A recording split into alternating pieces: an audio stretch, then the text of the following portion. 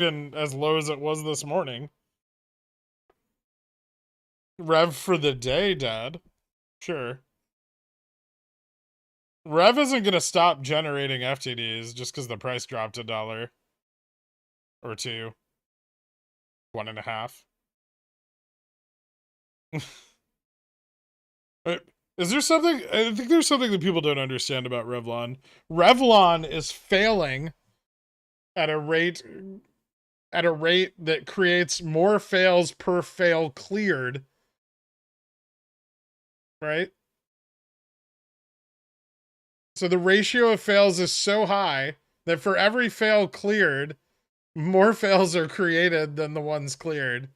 It takes like, because of CNS, it takes like 3 or 4 trades to clear a fail, right? Because you need to kind of line, you need volume, and you need to line up that fail with, like if it's a short fail, you need to line it up with a long buy, and then you match them, and then cool, and then that fail's gone, then you move on to the next one, right?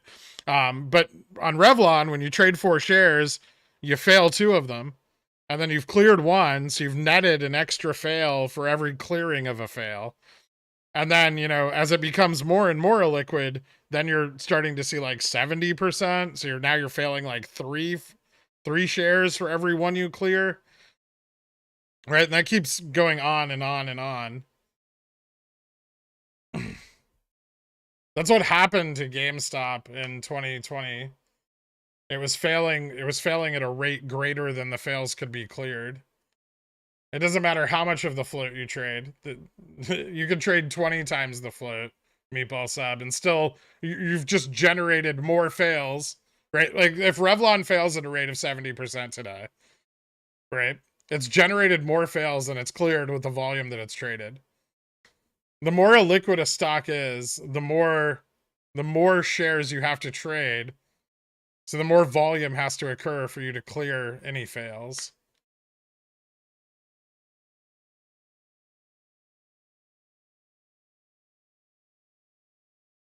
I'm already down to my socks here.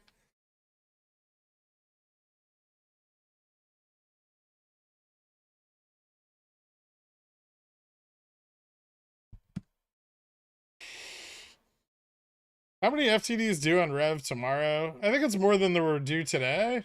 Let me see. Revlon tomorrow. 1.2 million fails due at. Yep, 1.2 million fails at a fail to volume ratio of 36%. And then Friday, 1.3. So today was 1.1. Today was actually lower than yesterday.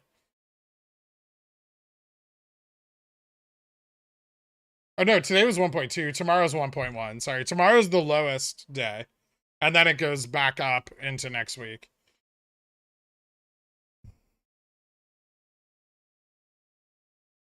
Sorry, I misread the date there. Yeah. So today is 1.16 million fails.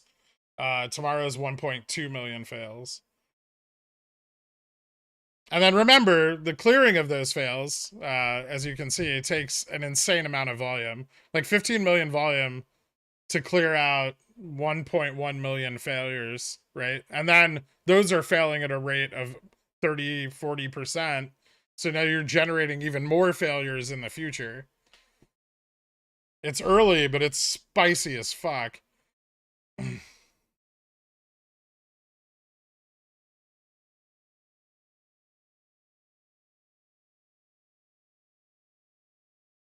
Well, they can't. So on GME and BBBY, when they fail, they can launder those failure to delivers through ETFs, right? You go borrow a share from the ETF, and then you satisfy the failure on like GME, and then now you have a failure on an ETF, which you don't give a shit about, right? And that's perfect. Like, and then at every quarter you can clear out all the ETF failure to delivers, right? And then everything's copacetic. But on Revlon, there's no fucking ETFs because they filed bankruptcy. So they got pulled from all the ETFs that they used to be in. So now there's no source of liquidity besides the market maker.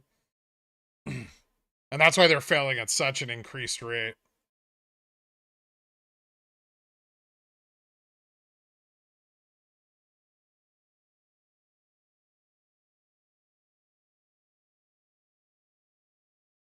Clip it?